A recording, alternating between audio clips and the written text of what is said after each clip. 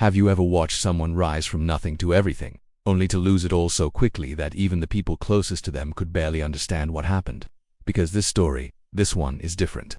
It's the story of Chukwuemeka Okafor, a man who built his fortune from the streets of Aba to the boardrooms of Johannesburg, a man who thought he was untouchable, and yet, within months, he found himself broke, deported, and stranded in a Lagos airport with nothing but a half-dead phone and a plastic bag of clothes. But what makes this story truly unsettling is the cause. It wasn't crime, it wasn't greed, it wasn't even the economy. It was a single mistake made by the woman he loved. A mistake so ordinary, so painfully human, that anyone watching this could have made it. But we're getting ahead of ourselves.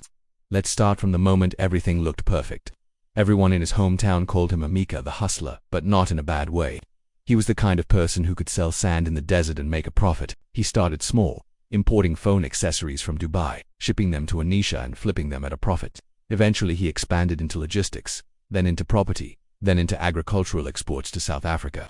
And here's the thing, Emeka's rise wasn't unrealistic. Nigeria's diaspora business network is massive. According to global trade data, African-run import-export businesses make up a significant share of small to medium cross-border commerce. And cities like Johannesburg have thriving Nigerian communities running everything from logistics to real estate. So yes, Emeka became a millionaire, a legitimate one. And when he married Amara, the love of his life, he believed nothing could shake the empire he'd built. But Emeka had one blind spot, something many self-made African entrepreneurs share.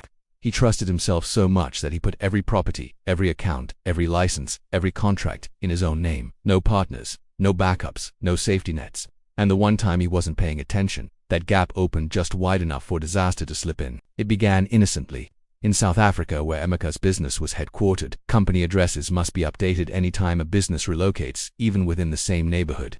It's standard corporate governance. And because many African entrepreneurs handle paperwork casually, it's easy to forget.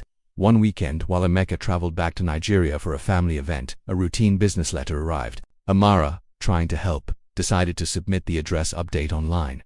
Now here's where the mistake happened.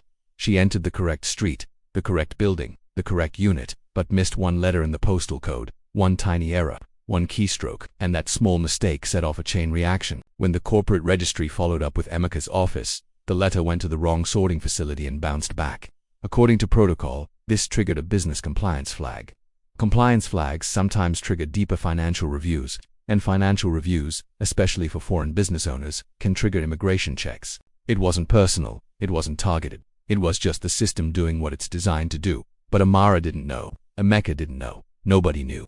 Until the night officials arrived at his office asking questions he didn't have documents on hand to answer.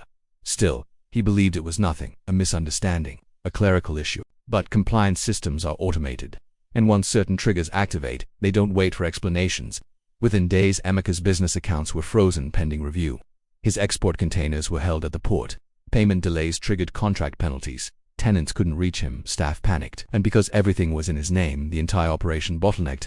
Amara tried to help, but legally she had no authority to sign, unfreeze, request, appeal, or verify anything. Everything required Emeka's signature, and Emeka, he was in immigration detention, still thinking he'd be released in a matter of hours, but it didn't happen that way. Detention turned into days.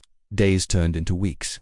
And while immigration officers investigated the inconsistencies created by the wrong postal code, Emeka's world collapsed faster than his family could react. Suppliers pulled out, landlords issued default notices, penalties piled up, contracts dissolved. When Emeka was finally released, it wasn't freedom, it was a deportation order, not for crime, not for fraud, but because the administrative irregularities tied to his business review weren't resolved in time. When he landed in Lagos, he arrived with no functioning business, no active accounts, and no properties he could legally access. Just a plastic bag and a passport.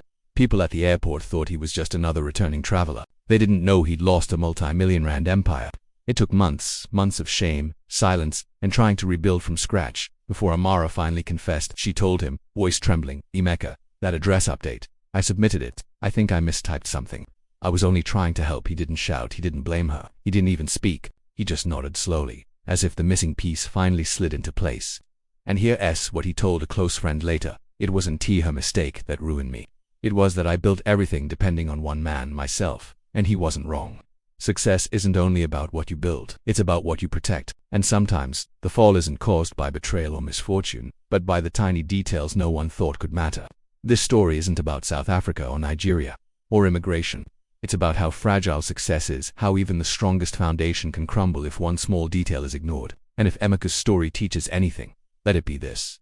Real security isn't in wealth. It's in structure, backups, transparency, and shared responsibility. Because one typo shouldn't be able to destroy a life, but sometimes it does. Thanks for watching. If this story resonated with you, hit that subscribe button for more content just like this.